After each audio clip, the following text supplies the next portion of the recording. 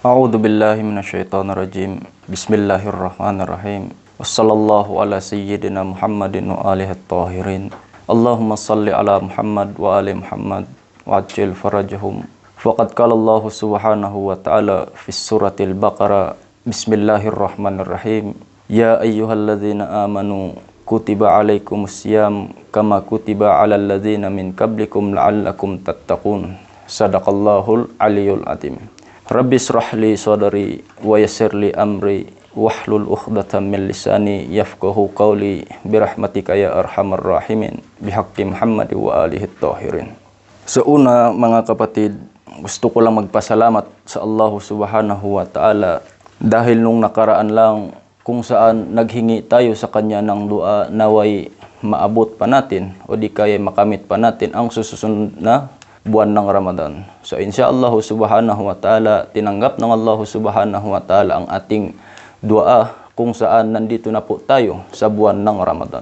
So insyaallah subhanahu wa ta'ala, ang topic na ating tatalakayin ngayon, kung ano ba ang ibig sabihin ng Ramadan. Ang buwan ng Ramadan ay isang banal na buwan kung saan ito ay pinakasagrado na buwan at lumitaw sa maraming tradisyon, mas lalo na sa Kanzul Ummal kung saan nagsabi, Bismillahirrahmanirrahim, limadha summiya Ramadhanu Ramadhana? Innama summiya Ramadhanu Ramadhana li'annahu yurmidud dhunub. Sadaqallahul aliyyul adim. Katotohanan, ang buwan ng Ramadan ay pinangalanan na Ramadan dahil inaalis niya po ang mga kasalanan o di kaya pinapawi niya ang mga kasalanan. Kaya naman pinangalanan siyang Ramadan at ang buwan na ito tinatawag din siyang Gufran o di kaya Magfirat. At kaya naman dapat tayong magsisi sa mga kasalanan na ating nagawa sa nakaraan. Kaya pinagpala ng Allah subhanahu wa ta'ala ang buwan na ito at tinatawag din itong Sayyidus Syuhur. Ang ibig sabihin po ng Sayyidus Syuhur ay pinuno ng mga buwan, kagaya ng Friday, pinuno ng mga araw. Subalit, inilarawan ng Allah subhanahu wa ta'ala ang buwan na ito at hindi niya sinabi na may mga dagdag na mga prayers or ibadat. Bagkus ito ay natural na ginagawa sa buwan na ito. Kagaya ng 1,000 rakaat nafila at 20 rakaat in first 20 nights sa buwan na ito, o di kaya 30 rakaat in the last 10 nights at 100 rakaat sa bawat gabi ng Laylatul Qadar, kagaya na ng sa ika-19 ng buwan na ito, sa 21 at saka sa ika-23 sa buwan ng Ramadan. So isa sa mga kahulugan ng buwan ng Ramadan ay ang pag-aayuno. Pag sinabing buwan ng Ramadan ay agad papasok sa ating isipan ay ang hindi magkain o di kaya pigilan natin ang mga pag-inom at saka pagkain. Maliban doon, mga kapatid, meron pa rin siyang ibang kahulugan. So insyaallah subhanahu wa ta'ala, magbabanggit tayo ng ayat patungkol sa kung ano ang exactly meaning ng Ramadan sa ayat ng Allah subhanahu wa ta'ala. Sa Bismillahirrahmanirrahim, Syahru Ramadan allazi unzila fihil Quran. Ang ibig sabihin po nun, mga kapatid, ang buwan ng Ramadan kung saan ibinaba ng Allah subhanahu ang Quran. Kaya mga kapatid, huwag natin hayaang lumipas ang buwan ng Ramadan na hindi tayo nakahingi ng kapatawaran sa Allah subhanahu wa ta'ala. Dahil hindi natin alam ang takbo ng ating buhay. Kung hindi natin alam kung aabot pa ba tayo sa susunod na Ramadan, kaya habang nandito pa tayo sa level na kung saan naabutan pa natin ang buwan ng Ramadan, huwag natin sayangin ang buwan na ito, mga kapatid. Kaya ang buwan na ito ay kilala rin siya bilang isang buwan ng Quran or pagbigkas ng Quran. Sa ibang tradisyon, nakatagpo tayo ng mga salita, likulli syai'in rabih, lahat ng bagay ay may bukal. Ang panahon na nagdala ng bagong bagay, lumalago at nagdudulot ng mga positibong pagbabago At ang bukal ng banal na Quran ay ang buwan ng Ramadan.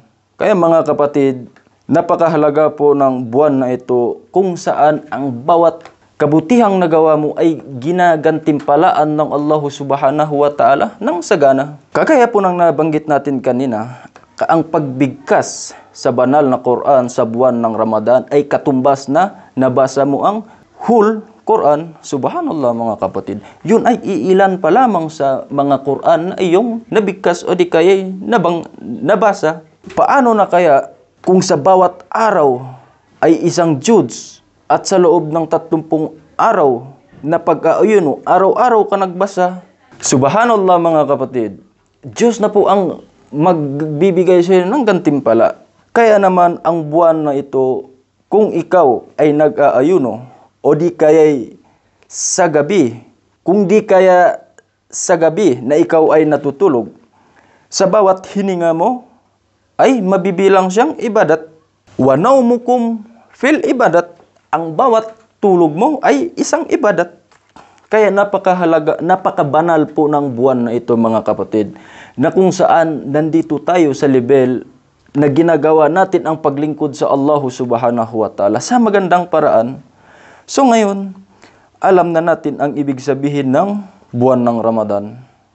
So ngayon, dito naman tayo pupunta kung paano natin paghandaan ang buwan na ito. Kailangan natin paghandaan ang buwan na ito, pero paano natin paghandaan? Kaya ang sabi ng mga scholars natin, mga kapatid, 2 buwan bago ang Ramadan, mas lalo na yung buwan ng Sha'ban at Rajab, kailangan natin mag-ayuno. Kung sakaling hindi mo makaya mag-ayuno sa loob ng 2 buwan, kahit iilang araw lang sa buwan ng Rajab at Sha'ban. Kaya mga kapatid, kung sakaling hindi mo kaya mag-fasting o di kaya mag-ayuno, at least sa last day ng Sha'ban.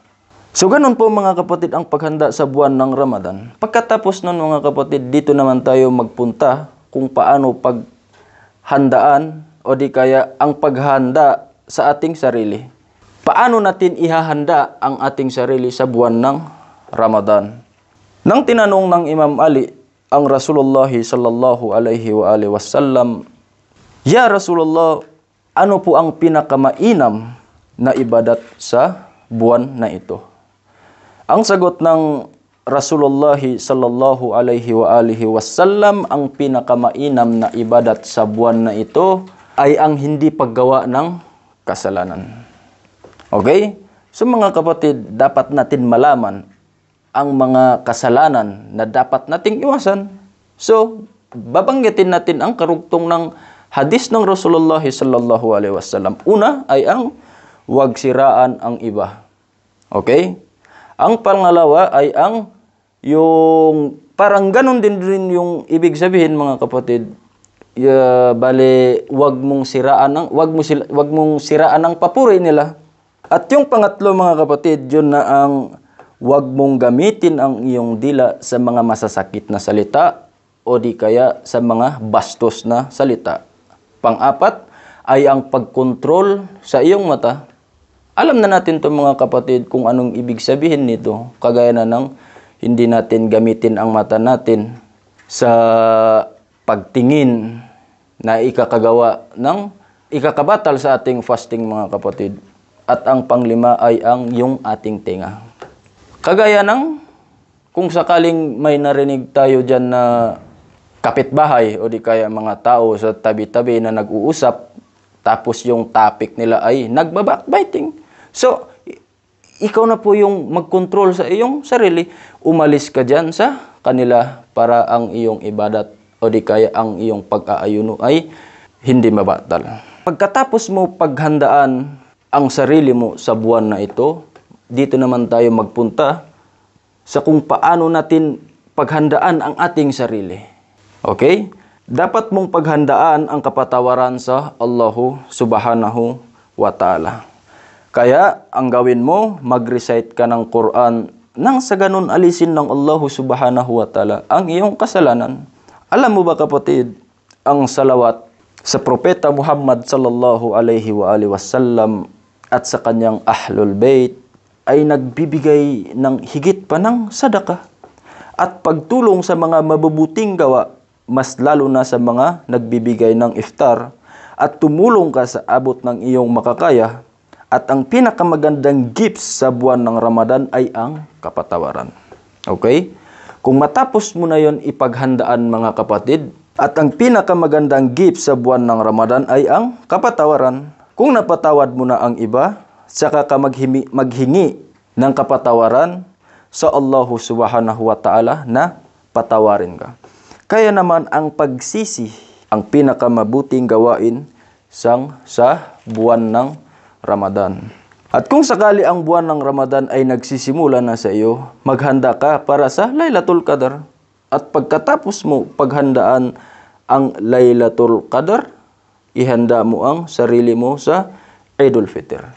So mga kapatid, kaunting explanation tungkol dito sa Laylatul Qadr na kung saan may mga riwayat o di kaya hadis tungkol sa Laylatul Qadr. Kagaya na ng sabi ng Allah subhanahu wa ta'ala, Laylatul Qadri khairum min alfi syahr. Tanazzalul malaikatu warruhu fiha biizni rabbihim min kulli amr. Kaya binigyan ng pahintulot ng Allah subhanahu wa ta'ala ang malaikat na bumaba sa gabi ng Laylatul Qadr upang masiguro kung kamusta na ang kalagayan ng mga alipin niya. Mas lalo na yung mga taong nag-aayuno sa mga oras na yun, mga kapatid. At ano pa? Kaya binigyan ng pahintulot ng Allah subhanahu wa ta'ala ang mga malaikat na bumaba sa gabi ng Laylatul Qadr para magpaabot ng salam ang Allah subhanahu wa ta'ala sa mga taong nag-aayuno. So ganun po mga kapatid kahalaga ang Laylatul Qadr sa buwan ng Ramadan. So pagkatapos mo paghandaan ang Laylatul Qadr, ihanda mo rin ang sarili mo sa Eidul Fitr. Paano natin isagawa ang paghanda sa Eidul Fitr? Ang ibig sabihin po nito mga kapatid ay ang ipagdiwang mo ang pagpatawad na ikaw ay napatawad na ng Allah subhanahu wa ta'ala. Yun po ang ibig sabihin ng Eidul Fitr, mga kapatid. Hindi po ang ibig sabihin ng Eidul Fitr ay ang kagaya ng mga magpagandahan ng mga damit, o di kaya magparamihan ng handa, o di kaya magpapasarapan ng handa, o di kaya magpunta na kung saan. So, ang ibig sabihin po ng Eid, mga kapatid, kung nasisiguro mo na sa iyong sarili na ikaw ay pinatawad ng Allah subhanahu wa ta'ala. So, ang paghahanda para sa buwan ng Ramadan ay ang pagsisisi sa ating kasalanan. At kung sakali ikaw ay nagsisi na, huwag mo nang balikan ang paggawa ng masama dahil yun ang totoong pagsisisi sa Allah subhanahu wa ta'ala. Kaya mga kapatid, doon na po nagtatapos ang ating topic patungkol sa kung ano ang ibig sabihin ng Ramadan. So inshallah mga kapatid, tatalakayin po natin ang ayat na ating nabanggit kanina. Bismillahirrahmanirrahim. Ya ayyuhalladzina amanu kutiba alaikumusiyam kama kutiba alal ladzina min qablikum la'allakum tattaqun. Ngayon mga kapatid, tatalakayin natin ng konti ang word na kutiba. Ang word na al-kitaba sa Arabic ay may dalawang ibig sabihin. Yun na ang pagsulat. It means writing, o di kaya pagsulat. So ang pangalawang meaning ng al-kitaba ang ating tatalakayin. So dito, ang kahulugan ng word na ito sa aya na ating ibinanggit is to make mandatory upon you. Kumbaga, ginawang obligado para sa atin. Halimbawa, sinabi ng Allah subhanahu wa ta'ala sa Suratul Baqarah sa ayat 180, Kutiba alaikum idha hadara ahadukumul mauts in taraka khairal wasiyah lil walidaini wal aqrabin bil ma'ruf wal aqrabina bil ma'ruf haqqan 'alal muttaqin. Inobliga para sa inyo na kapag ang kamatayan ay nalalapit na sa sinuman sa inyo at mag-iwan ng yaman, siya ay nararapat na gumawa ng huling habilin o di kaya'y wasiya para sa mga magulang at malalapit na kamag-anakan ng ayon sa paraang matuwid. Ito ay isang tungkulin sa mga natatakot sa Allah subhanahu wa ta'ala.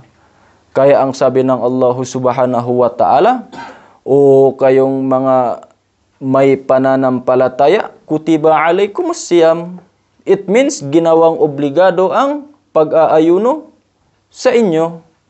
Kama kutiba alal ladina min qablikum, kagaya ng sinabi ng Allah subhanahu wa ta'ala na inobligado ng Allah subhanahu wa ta'ala sa mga nauna sa atin ang pag-aayuno. So dito mapapansin natin, hindi henerasyon natin ang nauna sa pag-aayuno, kundi naging obligado na ito sa mga nauna sa atin dahil ito ay ikakabuti sa kanila. Dahil bakit? Upang walang makapagreklamo sa atin na mahirap ang mag-aayuno or hindi kaya ang mag-ayuno. Dahil ito nga ay nagawa na ng nauna sa atin, kumbaga tested na ito. So kung titignan natin ang Nabi Daud alayhis salam, sabi ng mga narration, nag-aayuno siya kalahati ng kanyang buhay. Ganon din ang mga tunay na followers niya. So makapagreklamo pa ba tayo mga kapatid? Okay?